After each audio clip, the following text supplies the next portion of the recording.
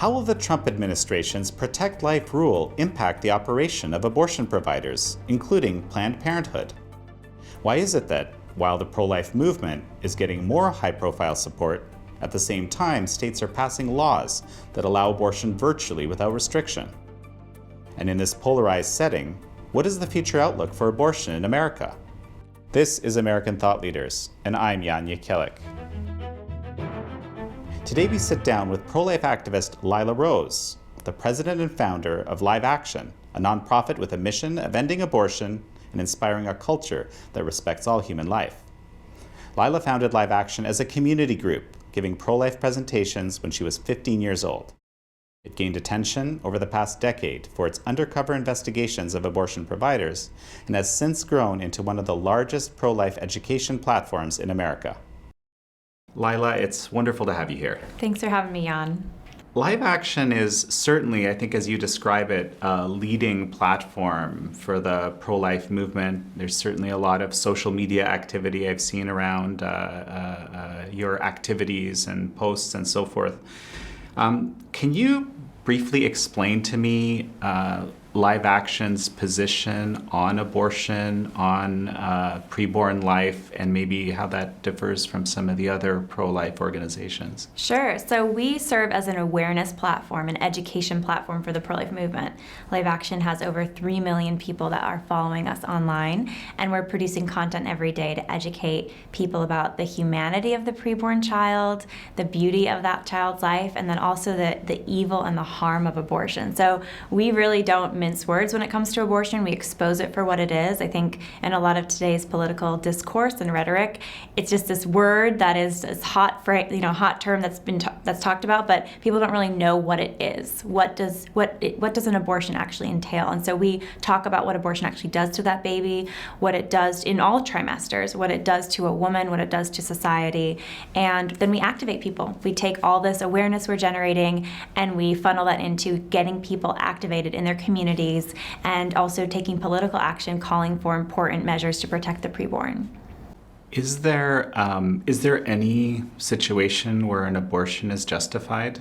The intentional killing of a baby is never a medical treatment. There's never a justification for it. I mean, you could ask the same question, is there ever a justification for killing an innocent person? And the reality is no. And the same is true for a child in the womb. There's no justification for taking his or her life. I think there's a lot of confusion out there. People on the pro-abortion side are advocates. Abortionists are very much, I think, fearmongers. They're saying you need abortion. It's necessary to save women's lives. There's all these myths out there, and Live Action works to combat those myths. There's never a medical situation where abortion, the direct killing of a child, is necessary, and taking a human life is never justified for any reason. There are cases where if you're pregnant, there are maybe even life-threatening conditions, but ending the life directly killing the child is never a treatment for that condition. So some examples. So if you have cancer, for example, and you choose to undergo chemotherapy even while you're pregnant, that's not an abortion. That's a treatment for your cancer to eradicate cancer cells. And if it has a harm to the child, then that's not the direct killing of the child. That's not the intended purpose of chemotherapy. If you're enduring some other complication with your pregnancy and you need to deliver that baby early, then what we in the pro-life movement and pro-life doctors would say is wait as long as you can to give that baby a chance at life, and then you can deliver that child if need be. But that's also not the direct ending of a human life. In that case, the goal is not to directly attack that child with forceps or a needle to inject a digoxin poison into that child as late-term abortion procedures do.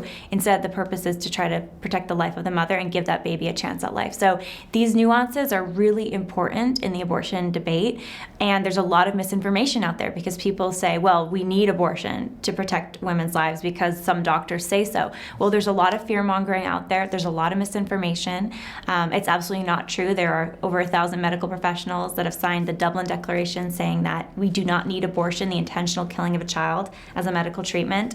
And it kind of makes sense, though, because in the world of the abortion industry and in the world of the medical world today, there's a lot of fear about complications with pregnancy, and it's easier to abort. it's easier to do that. There's less risk involved, sometimes liability for the doctor, because they don't want to have to deal with the pregnancy. They don't want to have to deal with delivering that baby, caring for that mother, caring for that newborn. So I think that also has tainted the medical profession in the United States and beyond. So you tweeted recently. A lot. Although not often on weekends. I try to only do a few on the weekend, but yes, so I'll often tweeting. There's one particular tweet that I'm interested in, and so I'm just going to read it out to you. It basically said, "Great news! The Trump admin has finalized the Protect Life rule, which would redirect $60 million taxpayer dollars away from abortion giant Planned Parenthood to non-abortion clinics. Crucial step in the right direction."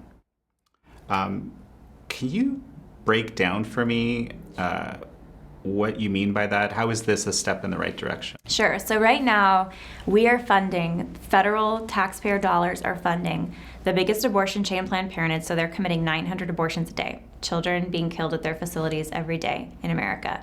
And we're funding them over $500 million. So there are a few different funding streams that go to Planned Parenthood.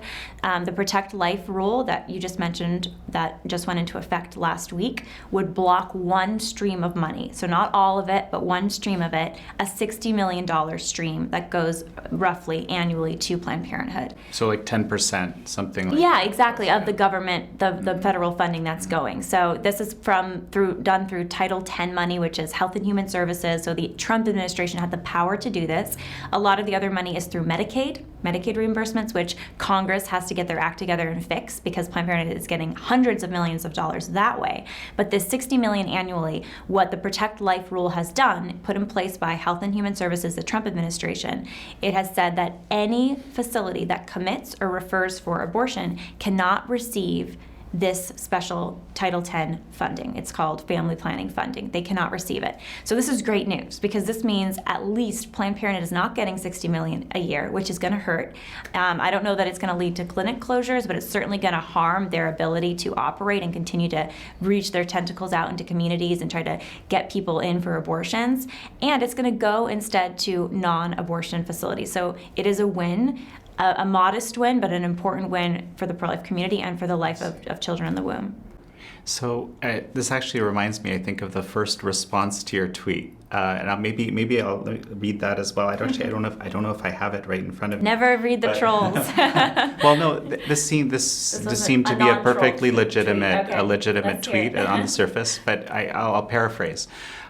Basically, the person was saying that actually, I think she said 1% of what Planned Parenthood actually does is abortion, and there's all these other health services which will be impacted negatively if this goes into effect. Can you comment on that, please? I mean, it's flat out false. So Planned Parenthood likes to say it's actually 3% of what we do is abortion. Even the Washington Post, Slate magazine has said it's seriously misleading or given it the Pinocchios, meaning it's a lie, it's false information. Okay. And that's because the way Planned Parenthood is structured is like this. They have brick and mortar set up where their only medical equipment, like ultrasounds, their only doctors who are coming in are there to do abortion. That is their cash cow. That is the focus of the core focus of most of their facilities that are set up with that kind of equipment. Ultrasounds at Planned Parenthood are used only for abortion, for example.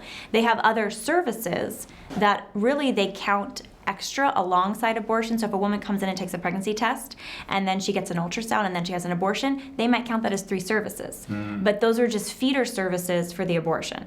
And then Planned Parenthood will hand out lots of contraceptives, condoms, they'll hand out hormonal contraceptives, and they will consider that, one pack of condoms here, 1 month of birth control here. They'll count that as services. So they basically have built this machine where they are encouraging sexual activity, especially among young people. So they say, as long as it's safe sex, you're good, have it, just use a condom or whatever. Right. You get on hormonal contraceptives, and often it fails. as we know, if you're sexually out there and you're just sex with whomever, whenever, there's not really a moral guidance to your choices, and you're assuming that sex will just protect you from these things from Planned Parenthood, will just protect you from having children at any time, it's not going to work. And so you have these young kids, these girls, these college students coming into Planned Parenthood, and they're coming back for abortion. So Planned Parenthood has lied about what they provide. They've even said they have services that they don't, like mammogram services or prenatal care at a lot of their facilities. And their cash cow and their center of their business model is abortion. And that's why they are the biggest abortion chain in the country. And even as abortions have begun to decline nationally, Planned Parenthood's abortion share continues to go up. So it's crazy how blatant the lie is, that we're not really an abortion provider. If you're not really an abortion provider, Planned Parenthood, why don't you just stop doing abortions? Then we're not going to stress about taxpayer funding. You can have the money. But that is their cash cow. And even though they try to obscure it and hide it from the public, that is the reality of how they operate. So in your view, this 10 or 12, let's say, % reduction in the government side of the funding of Planned Parenthood, will that actually have an impact on the number of abortions that they are able to do?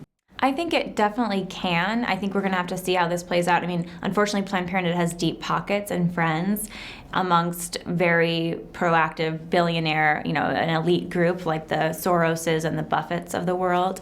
So they are able to, even with the taxpayer money, they're able to add on not just the money they make off of abortions and other things in their facilities, but they're able to add on those that donor money.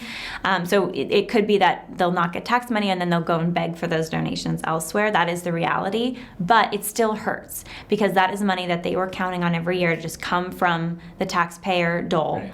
And if they aren't able to replace those funds, at least it's going to cause them extra work, extra resources along the way, which will hurt their ability to proactively build their abortion business. So anytime you lose $60 million, even if you're a $1.34 billion corporation, it's going to hurt no matter what. What's your take on, you're extremely passionate on this issue. I can see it thoroughly as we speak. I've encountered people that are perhaps equally as passionate about the right of Planned Parenthood to do what it's doing specifically, and also, a woman's right to abortion. What do you make of that?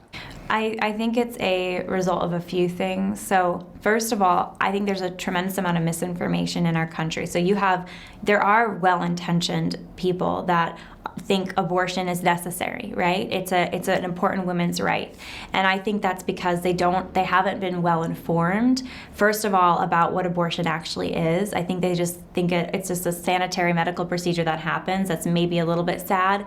But if they actually look at human life and how it develops in the womb, it's undeniable that this is a life from the first trimester. I mean, the heart is beating 21 days or so after conception. It's amazing how quickly that baby grows. So when people are confronted with the reality of human life and its development in the womb, that changes it for a lot of people.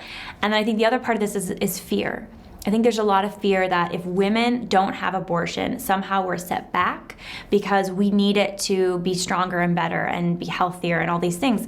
And I would just tackle that fear head on and say, that's a lie we've been told. We've been told this lie that we need abortion to be empowered.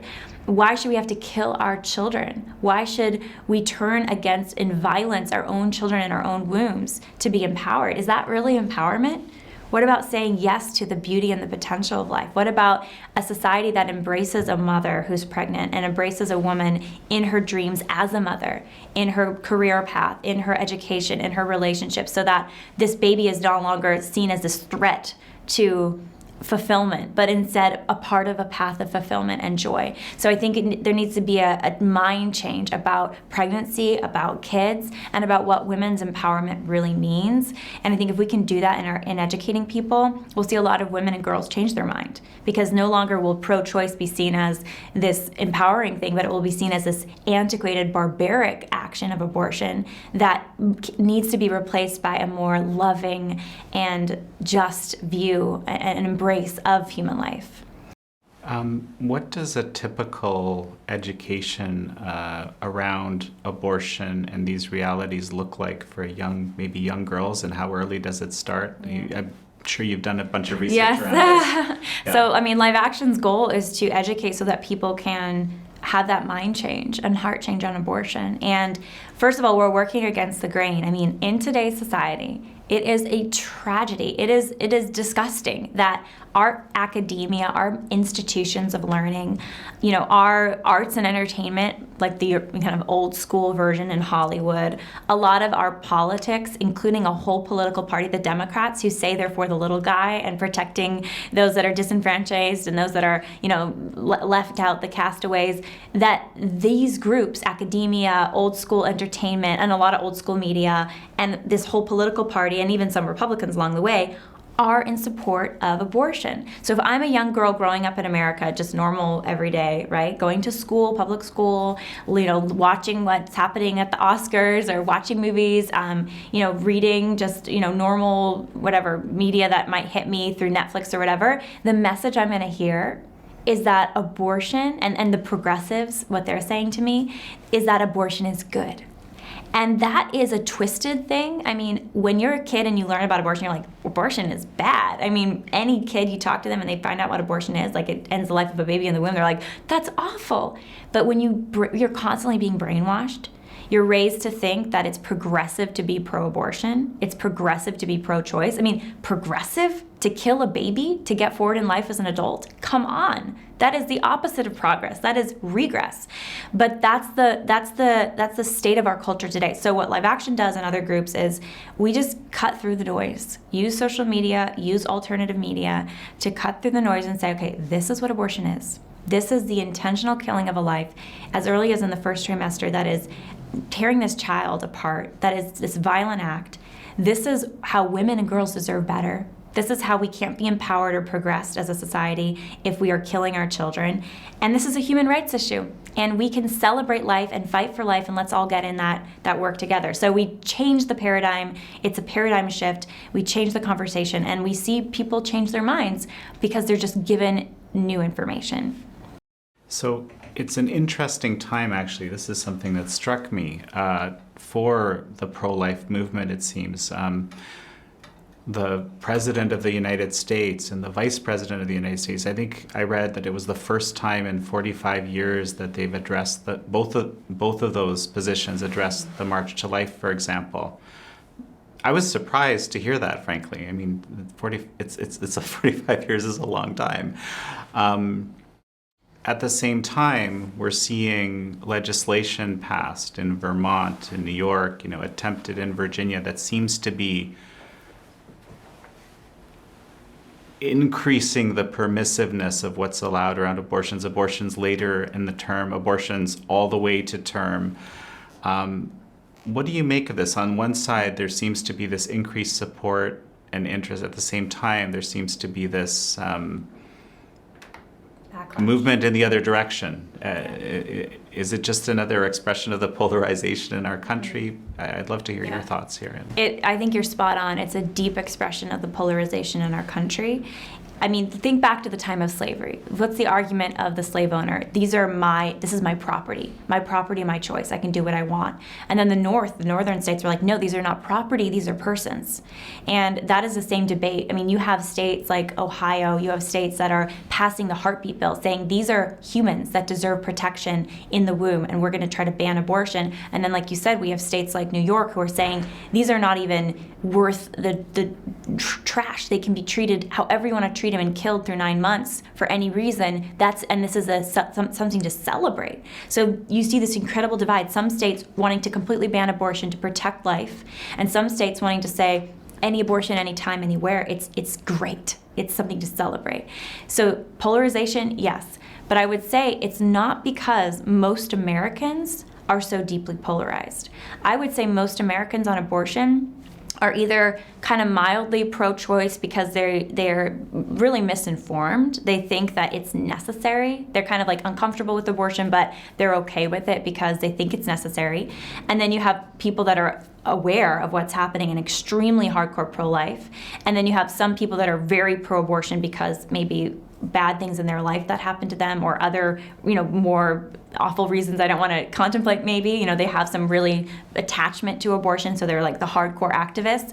But then you just have a lot of other people that are just going about their daily lives. So this battle that's playing out right now, we see it severely in the political sphere, but in day-to-day life in America right now, most people are just misinformed. They don't have information, and that's where education is so crucial. We have to fight the political battle, but Live Action is focused on educating people, because that polarization will distill. We will see it go away when people are informed, when they're given in a way that they can appreciate and understand and receive. They're given the information, the basic information about abortion, about its harm, and about the better options for women, about a better path that we can have together as a society.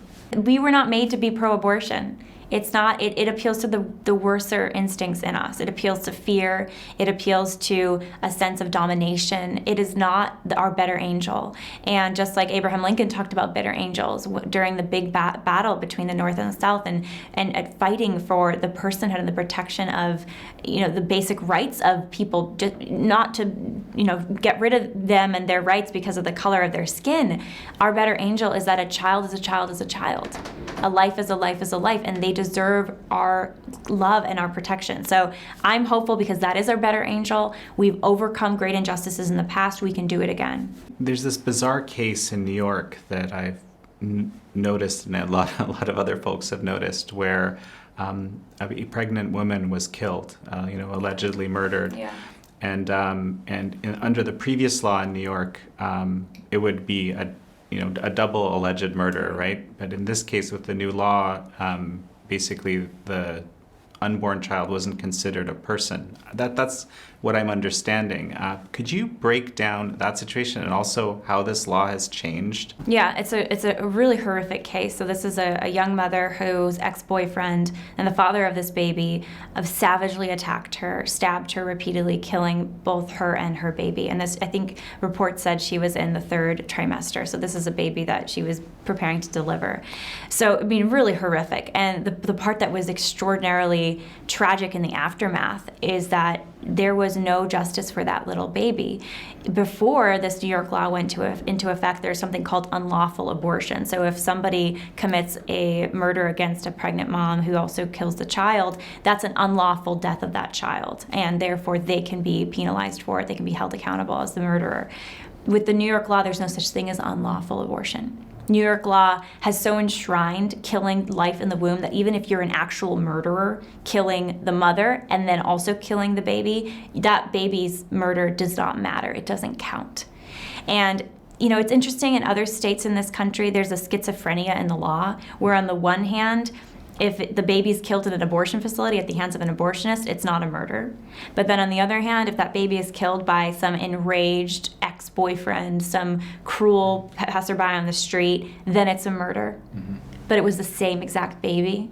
So in a way, New York is almost being more honest, even though it's horrific and it's a totally unjust law, but at least it's an honest, unjust law, because they're saying it doesn't matter. If it's not a life when it's killed in the abortion clinic, why should it be a life if it was killed in the stairwell of an apartment by an abusive ex-boyfriend?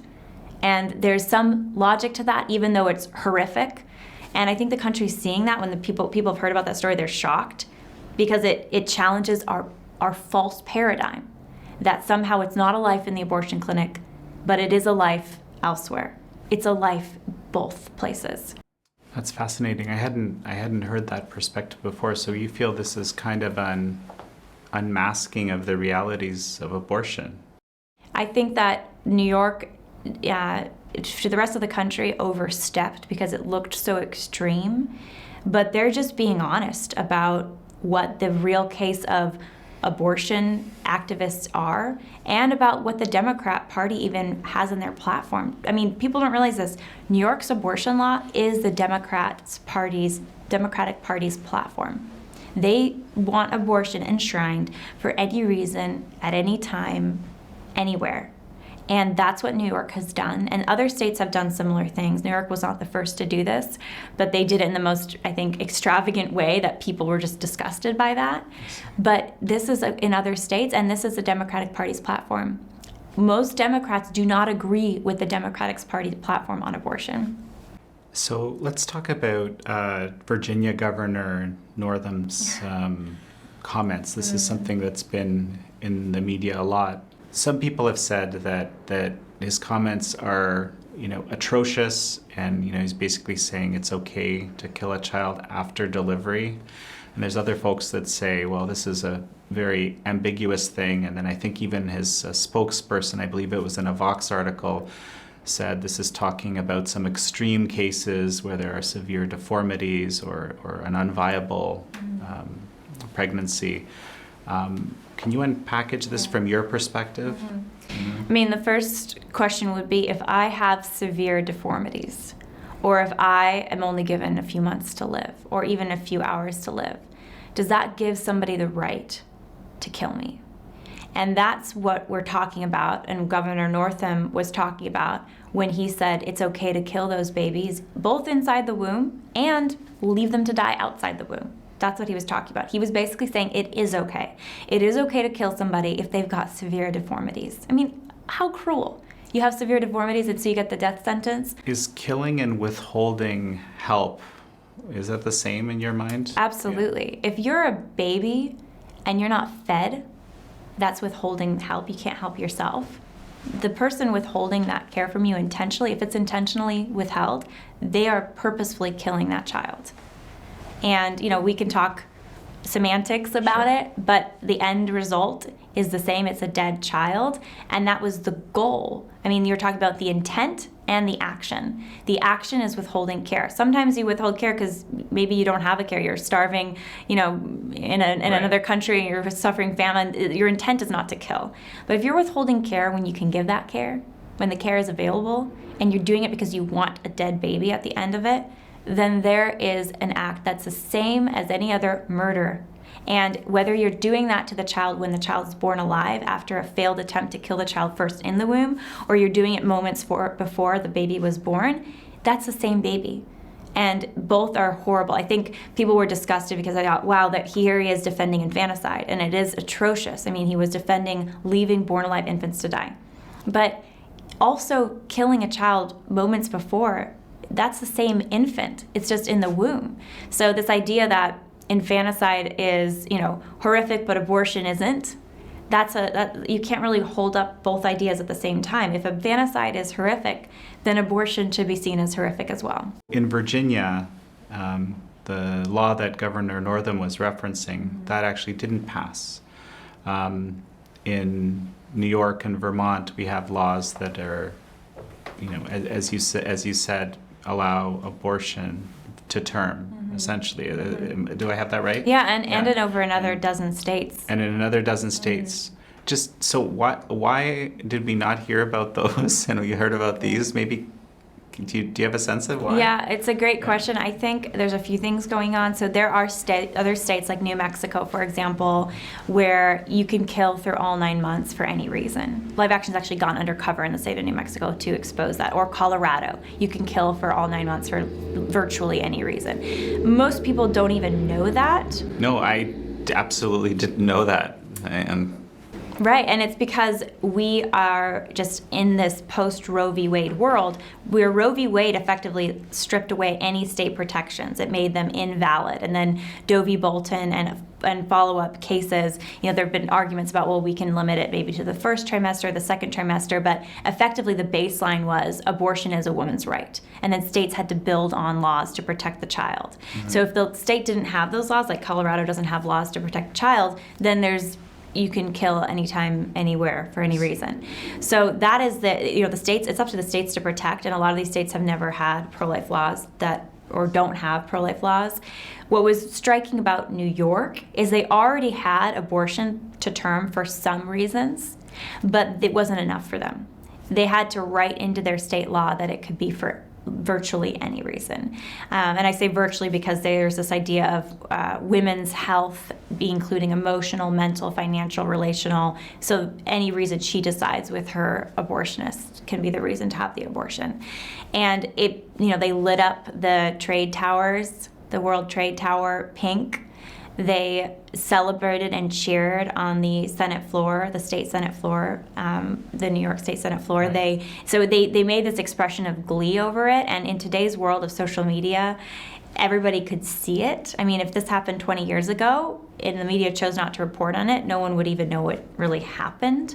Right. But I think that has made this environment where people are finally seeing how extreme and horrific all of this is. So I've read that the justification for being glad of this was that people are afraid that Roe v. Wade will be overturned with the new composition of the Supreme Court and so forth. And so they're putting in these more extreme laws, like you mentioned in New York, to be able to counter the potential of that. What do you make of that? Yeah, I think that's true. I mean, that is certainly even the stated reason in some of these cases where they are concerned about Roe being undone. And so there would be a question of, do we have the right as a state to allow abortion through all 9 months? And they want to enshrine that. I think undoing Roe is not enough. We need to have, the Supreme Court needs to set a new precedent that these are persons, these are humans just like us in the womb, and they deserve protection, and it's in the state's interest to develop laws that protect the children in the womb just like born children. We'll see if that happens. I mean, the current makeup of the court has some promise, but there's also concerns. I mean, last month or in the month of December, the court rejected, including Kavanaugh. Justice Kavanaugh chose to reject a case which would have gone to the Supreme Court to challenge the states. Some states have tried to defund Planned Parenthood of federal money through Medicaid, so it's a little in the weeds here, but they've been prevented. So there have been lawsuits blocking their ability to do that, and the Supreme Court put a stay on that to allow that block to continue, and to basically say that they would not consider the case, at least not at the time. So it didn't look good for defunding Planned Parenthood anyways.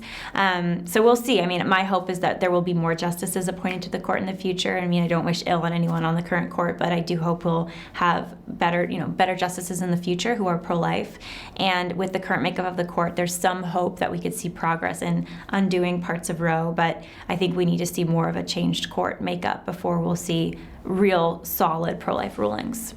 So I'm looking here at a photo of your 10-year challenge. Mm-hmm. You posted this on your Facebook.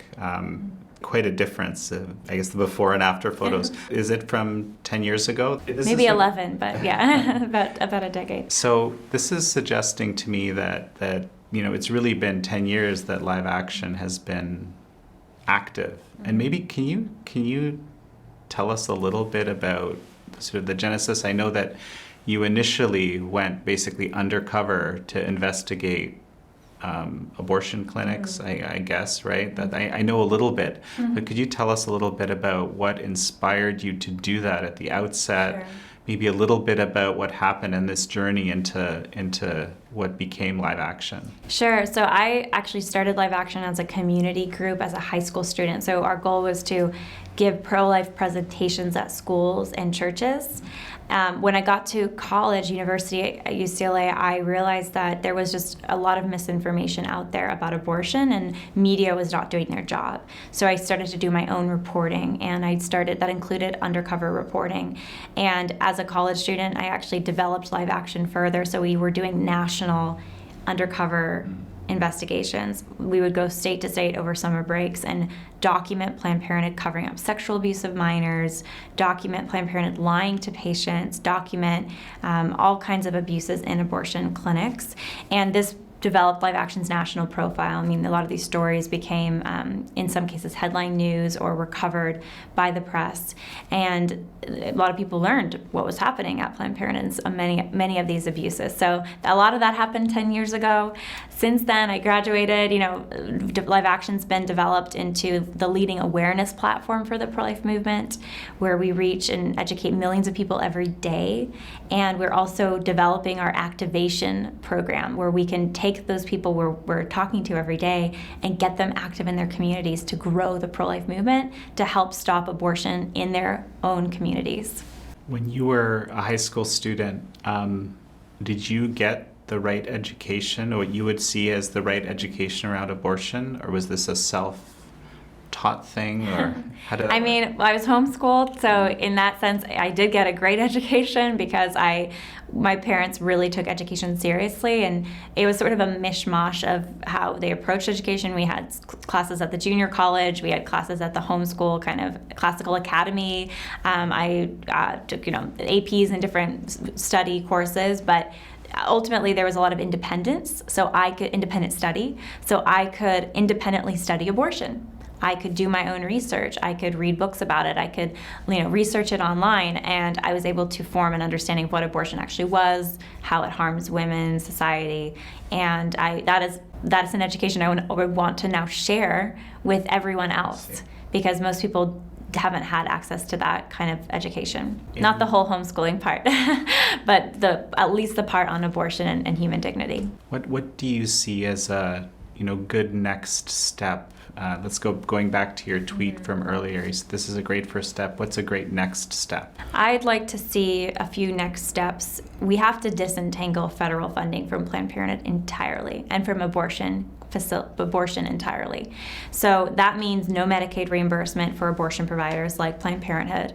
That means a no abortion provider funding rule that Congress would pass and the president would sign into law. And that would mean even if you're a hospital and you are committing abortions in one ward and in the next ward you're delivering babies, you should not be eligible for funds. You need to eradicate abortion practice from your hospital in order to be a life-affirming place and to receive federal funding and to receive money through Medicaid reimbursement or otherwise. So I'd like to see that step, because that would send a message to the medical community and a message to taxpayers that we are disentangling federal money from abortion providing. We're going to disentangle it, and Congress can take that action. I think there's more the administration could do towards that after the Protect Life rule. So that would be a big first step for life, a big next step for life. So over the years, one of the biggest arguments that I've heard, basically in support of abortion, is that it's something that's been happening since time immemorial. People are going to seek out abortions. If they can't have good care, they'll be what they call coat hanger, whatever, all that stuff. Basically situations where women's lives are put at risk. So we need to be able to provide this in a safe way so we don't endanger people's lives. How do you respond? And I think this is a quite reasonable thing for someone to think, right? How would you speak to someone who believes that? I mean, it's a myth that women will die, thousands and thousands of women will die without a legalized abortion. It's a myth that was perpetuated years ago during the time of Roe v. Wade by NARAL, by Bernard Nathanson, the co-founder of one of the biggest abortion activist groups, and his other co-founder, Larry Lader, these two men who literally admitted later on, Nathanson admitted to making up the numbers. They would say that there were hundreds of thousands or tens of thousands of women dying in back alley abortions, but they made those numbers up. The numbers were in the hundreds in some of the reports, the CDC and other reports from the government. So that's just an example of complete abortion mythology to perpetuate legalized abortion. The reality is, if you limit abortion access, if you do away with abortion, and as a society we root out the negative attitudes towards children, we approach motherhood, helping women, helping girls, we support each other as a society, support parents. If we change our cultural attitudes and we stop having abortion just in every community, in most major cities, just there, quick fix, easy fix, then we're going to see more people embracing life. So do you have any, examples, maybe some recent example of someone who was positively impacted, in the best possible way by the education that Live Action offers? Yes, absolutely. I mean, we see every day people who say that this changed the way I think about abortion. I didn't know this. We actually just did a survey, which I can share with you, where we polled 1,000 of the people that we connect with on Facebook that are following us, and we asked them, how did you hear about us? We asked them, did you change your mind at all on abortion? And 18% of them said that they did. So they are, connected with us now and following us because a live action video or article had changed their mind, which is amazing. And we also heard back from 5% of the 1,000, so this was a little over 50 people who said they knew of a life that had been saved from our videos or our content, which we are thrilled to hear, because we don't always get to hear that part. Right. But we know that there are, we believe, hundreds and thousands of lives that are being saved because people are finally getting that information, and then they can connect to the resources they need for support, which Live Action promotes pregnancy care resources in their work, and they can get the help they need, but they can make that choice for life. Wonderful. Well, thank you very much for the interview. Thanks, Jan. Thanks for having me. Pleasure.